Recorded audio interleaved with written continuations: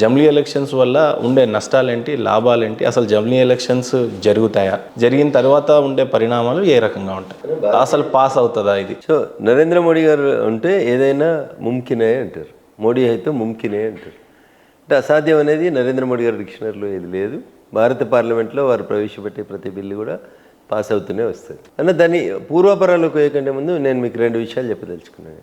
ఈ దేశానికి స్వతంత్రం వచ్చి భారతదేశానికి ఒక రాజ్యాంగాన్ని అమలు చేసిన తర్వాత ఈ దేశానికి జరిగినటువంటి తొలి సార్వత్రిక ఎన్నికలు 1952లో జరిగినాయి. ఇన్ని టీవీలు లేవు, ఇన్ని పేపర్లు లేవు, ఇంతమంది చదువుకున్న వాళ్ళు లేరు. 200 సంవత్సరాల బానిసత్వానికి వ్యతిరేకంగా పోరాటం జరిగి బయటపడింది ప్రజలు.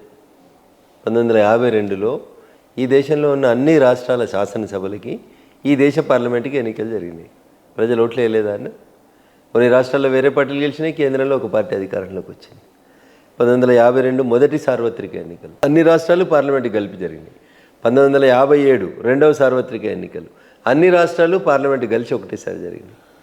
1962 మూడవ సార్వత్రిక ఎన్నికలు అన్ని రాష్ట్రాలకి దేశానికి కలిపి జరిగినాయి. 1967 నాలుగవ సార్వత్రిక ఎన్నికలు అన్ని రాష్ట్రాలకి దేశానికి కలిపి ఎన్నికలు జరిగినాయి. అన్న ఇంత లిటరసీ లేనప్పుడు, ఇన్ని టీవీలు లేనప్పుడు, ఇన్ని చర్చలు లేనప్పుడు, కాశ్మీర్ నుంచి కన్యాకుమారి దాకా ప్రజలు 4 సార్లు ఒకటే రకంగా ఎన్నికలలో పాల్గొని ఓట్లేయగలిగినప్పుడు, 2025 రాకెట్ యుగం నడుస్తున్నప్పుడు జమిలీ ఎన్నికలకు వచ్చిన ఇబ్బంది ఏముందన్న? 1 నేషన్ 1 ఎలక్షన్ అంటూ వచ్చేటువంటి ఇబ్బంది ఏముంది?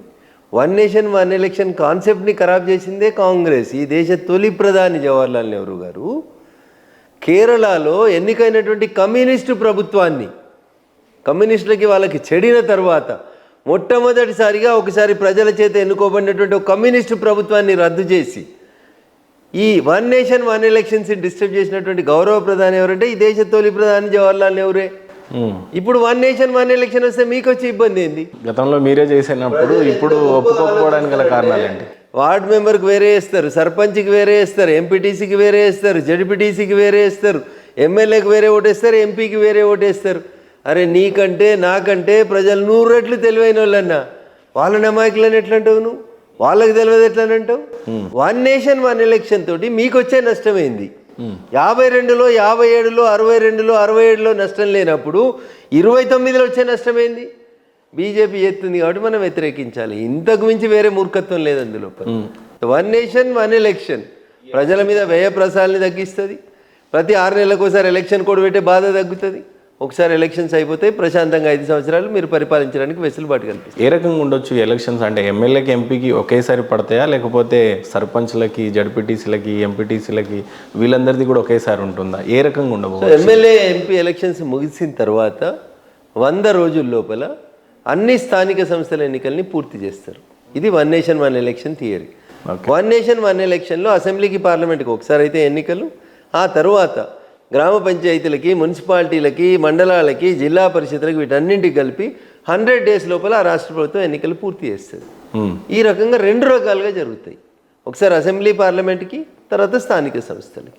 100 రోజులలో ఈ పంచాయతీలన్నీ అయిపోయిన తర్వాత మళ్ళీ మీకు 4 years 9 months వరకు ప్రభుత్వం కంటిన్యూస్గా తన పని తాను చేసుకుంటూ పోతుంది. వక్ఫ్ బోర్డు బిల్లు మీకు కొంత బలం తక్కువ ఉన్నా కూడా ప్రతిపక్షాలని వేరే వాళ్ళని ఒప్పించి మరి బిల్లుని పాస్ చేసి సక్సెస్ చేశారు. ఈరోజు జమిలీకి సాధ్యపడుతుందా? రాజ్యసభలో మాకే మెజారిటీ ఉంది, లోక్సభలో మాకే మెజారిటీ ఉంది. కొన్ని లోకల్ పార్టీలు సపోర్ట్ చేయాల్సి వచ్చింది. ప్రతిపక్షాలు మాతో కలిసి నడిచినాయి. అది వాళ్ళకి వాస్తవం తెలుసు కాబట్టి రేపు జమిలీ ఎన్నికల విషయంలో కూడా అదే జరుగుతుంది.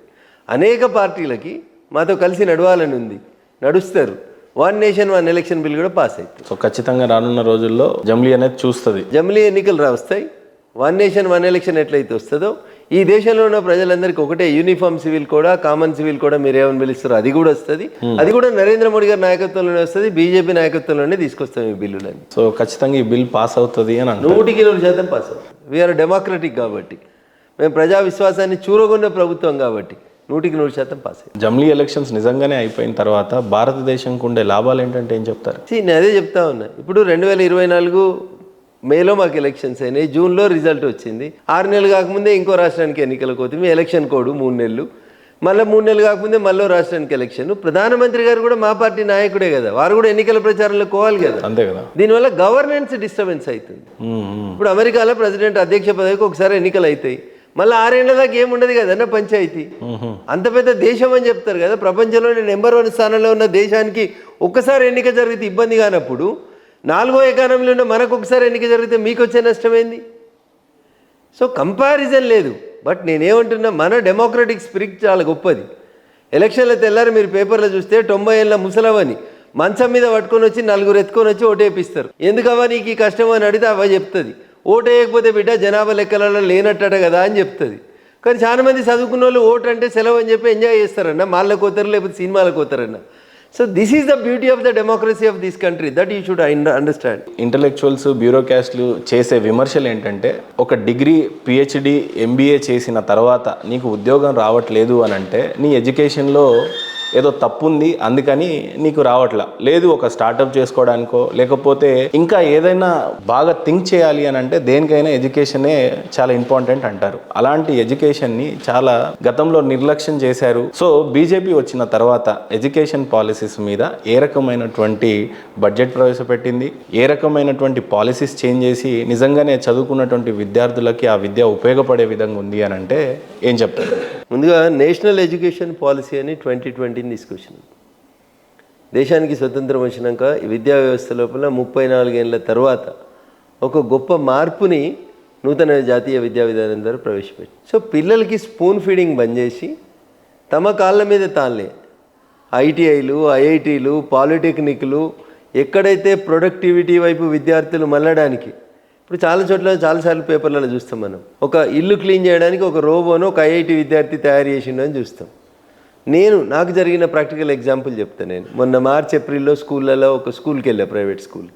విద్యార్థులంతా సైన్స్ ఎగ్జిబిషన్ పెట్టిందంటే ఒక 4th క్లాస్ స్టూడెంట్, ఒక 4th క్లాస్ అమ్మాయి తాము ఎండాకాలం సెలవులలో ఊరికి పోతే ఆ నెల 45 రోజులలో ఊరికి పోయి వచ్చేసరికి ఇంటి కాంపౌండ్లో ఉన్న మొక్కలు చనిపోకుండా ఉండడం కోసం డ్రిప్ ఎట్లా నడవాలి అని చెప్పి ఒక ఇన్స్ట్రుమెంట్ని తయారు చేసిందన్న. ఇది లెర్నింగ్ బై డూయింగ్, చదువుకుంటూనే వాళ్ళు పనిచేయడం ఎట్లా అనేది నేర్చుకునే విధానంగా మన విద్యా విధానం మారాలని కోరుకుంటున్నాం. మనం డిగ్రీ అయిపోయింది, ఉద్యోగం ఇయ్యనే కాడి నుంచి ఇగో నేను ఒక పని నేర్చుకొని వచ్చిన, నాకు ఇంకో 10 మందికి ఉద్యోగం ఇస్తా అనే రీతి లోపల జాతీయ విద్యా విధానం లోపల మార్పులు తీసుకొచ్చేందుకే నూతన విద్యా విధానం పాలసీ తీసుకొచ్చినాం. దాంట్లో భాగంగా లెర్నింగ్ బై డూయింగ్. 4వ తరగతి అమ్మాయి ఒక ఆలోచన వచ్చింది, ఎండాకాలంలో మేము ఊరికి పోతే నేను పెంచిన చెట్లకి ఏం కావాలని ఆలోచించింది. This is the greatness. ఎంతసేపు పిల్లల్ని పుస్తకాల పురుగులుగా బట్టి కొట్టే మిషన్లుగా మానేసి వాళ్ళని లెర్నింగ్ బై డూయింగ్కి తీసుకోవడం కోసం ప్రధానమంత్రి Shri schools, PM Shri schools కింద ఈ దేశంలో 14,500 స్కూళ్ళని, మోడల్ స్కూల్స్ని ఎంపిక చేసినాం. వీళ్ళందరి లోపల skill development, digital learning, multiple లాంగ్వేజెస్ని వాళ్ళ లోపల డెవలప్ చేసి వీళ్ళని భావి భారత పౌరులుగా తీర్చిదిద్దేందుకు పనిచేస్తూ ఉన్నాం. This is a great change అన్న. ఇగో ఈ 10 ప్రశ్నలు చదువు, ఇళ్ళకెళ్ళి 5 ప్రశ్నలు వస్తాయి, 3 రాయి, బట్టి కొట్టు, మక్కి రాయి, నీకు 60% మార్కులు వస్తాయి. ఫస్ట్ క్లాస్లో పాస్ అయిన కాడి నుంచి తీసేసి పిల్లలలో ఉన్నటువంటి సృజనాత్మకతని పెంపొందించేందుకు 3 ఏళ్ళకి 2 ఏళ్ళకి స్కూల్కి పంపించడం బంద్ చేసి 6 ఇయర్స్ నుంచి పంపిస్తే పిల్లల ఆలోచన విధానం లోపల కొంచెం మార్పులు వస్తాయని, ఏజ్తో ప్రకారం పిల్లలు పెరగడం నేర్చుకోవాలన్న విధానాన్ని దృష్టిలో పెట్టుకునే నూతన జాతీయ విద్యా విధానాన్ని తీసుకొచ్చి పిల్లల ఆలోచనలకు అనుగుణంగా చదువు చెప్పమని చెప్తాను. అందుకని వెనకట్లాగా ఎంపీసీ, బైపీసీ 2 గ్రూపులు ఉండే, ఇప్పుడు ఎంబైపీసీ కూడా వచ్చింది, ఎంఈసీ కూడా వచ్చింది, మార్పులు చేర్పులు చాలా వస్తూ ఉన్నాయి. అట్లా విద్యా వ్యవస్థ లోపల మార్పులు, విద్యార్థులకు ఆసక్తి ఉన్నటువంటి రంగంలో పనిచేయించడానికి మా విద్యా విధానం మార్పు చేస్తూ ఉన్నాం. పిల్లల్లో ఉన్నటువంటి ఇన్నోవేటివ్నెస్ని ఎంకరేజ్ చేస్తూ ఉన్నాం. దానివల్ల భావి భారతంలో డిగ్రీ అయిపోయింది, ఉద్యోగం ఇవ్వమనే స్థితి నుంచి నాది డిగ్రీ పూర్తయింది, నా దగ్గర ఇంకో 10 మందిని పెట్టుకొని నేను ఇంకా 10 మందికి ఉపాధి కల్పిస్తా అనే స్థితికి, అంటే బతుకు నేర్పించుతున్నాం. జీవిత విధానం లోపల మార్పులు నేర్పించి ప్రజల్ని సోమరిపోతుల నుంచి పని వైపు నెట్టడానికే నూతన జాతీయ విద్యా విధానం ఉపయోగకరంగా ఉంటుందని ఆలోచిస్తాను. ఎడ్యుకేషన్ బడ్జెట్ చూసినట్లయితే 50,000 నుంచి 60,000 కోట్ల వరకు స్పెండ్ చేసినట్టుగా కనపడతా ఉంది కేంద్ర ప్రభుత్వం. ఏ రకంగా దాన్ని వినియోగించుకోబోతున్నారు అని అంటే ఏం చెప్తారు?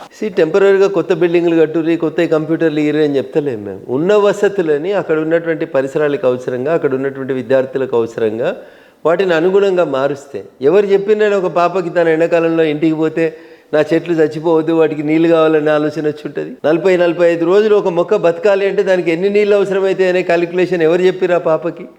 So this is all innovation. రోజు ఆ చెట్టుకి నీళ్ళు అమ్మాయి పోసింది, ఆ చెట్టుని బతికించాలనుకుంది కాబట్టి అమ్మాయికి ఒక ఆలోచన వచ్చింది, ఈ చెట్టుకు రోజు ఇన్ని నీళ్లు పడతాయి, నేను 40 రోజులు మా అమ్మమ్మ వాళ్ళ ఊరుకో నానమ్మ వాళ్ళ ఊరుకో పోయి వచ్చేసరికి ఈ చెట్టు చచ్చిపోవద్దంటే మా పెరట్లో ఉన్న అన్ని మొక్కలకి ఇన్ని నీళ్లు కావాలని ఆలోచించింది. ఇది ఎందుకు వచ్చింది? Learning by doing. నువ్వు ప్రాక్టికల్గా ఉంటే వస్తుంది.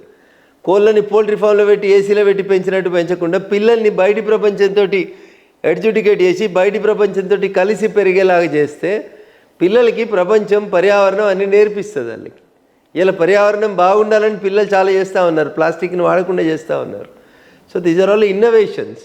ఈ ఇన్నోవేషన్స్ వైపు విద్యార్థుల్ని నడిపిస్తూ ఉన్నాం. దానికి నూతన జాతీయ విద్యా విధానం ఉపయోగపడుతుంది. బడ్జెట్లో మేము ఇచ్చిన PM-3 స్కూల్స్ డెవలప్మెంట్ చేయడం, టాయిలెట్స్ లేకపోవడం, లైబ్రరీ లేకపోవడం, ల్యాబ్స్ లేకపోవడం, ఇట్లాంటి కొరతలు తీర్చి చదువుకునేప్పుడే పిల్లల లోపల సృజనాత్మకతను పెంచడానికి PM-3 స్కూల్స్ ఉపయోగపడతాయి. భారతదేశంలో గతంలో బీజేపీ ప్రభుత్వం ప్రయత్నించినటువంటి 3 చట్టాలని వెనక్కి తీసుకోవడం జరిగింది, ఆమోదించలేదు. భారతదేశంలో రైతుని రాజు చేస్తానని, లేకపోతే రైతు యొక్క రెవెన్యూ ఆర్థిక పద్ధతిని పెంచుతామని చెప్పి బీజేపీ చాలాసార్లు అనడం జరిగింది. సో ఉన్నటువంటి ఈ 11 సంవత్సరాలలో బీజేపీ రైతులకు ఏమైనా చేసింది అని అంటే ఏం చేసిందని అంటారు? రానున్న రోజుల్లో బీజేపీ రైతుల కోసం ప్రవేశపెట్టిన బడ్జెట్లు కానీ ఏ రకంగా వినియోగిస్తారు? అన్న, వెనకటికి 2004 నుంచి 2014 మధ్యలో దేశంలో ఏ రాష్ట్రంలో చూసినా యూరియా కావాలంటే సఫిషియెంట్ యూరియా దొరికేది కాదు. రాత్రిపూట లైన్లో నిల్చొని చెప్పులు పెట్టి, గొంగళ్ళు పెట్టి, బ్యాగులు పెట్టి ఇంటికి పోయి పడుకొని పొద్దుగాలు వచ్చి లైన్లో నిల్చొని కొట్టుకునే పరిస్థితి. యూరియా కోసం లైన్లో నిల్చొని చచ్చిపోయిన రోజుల నుంచి ఈరోజు మీకు ఎంత యూరియా కావాలంటే యూరియాని ఇచ్చే స్థితికి భారతదేశం ఎదిగింది.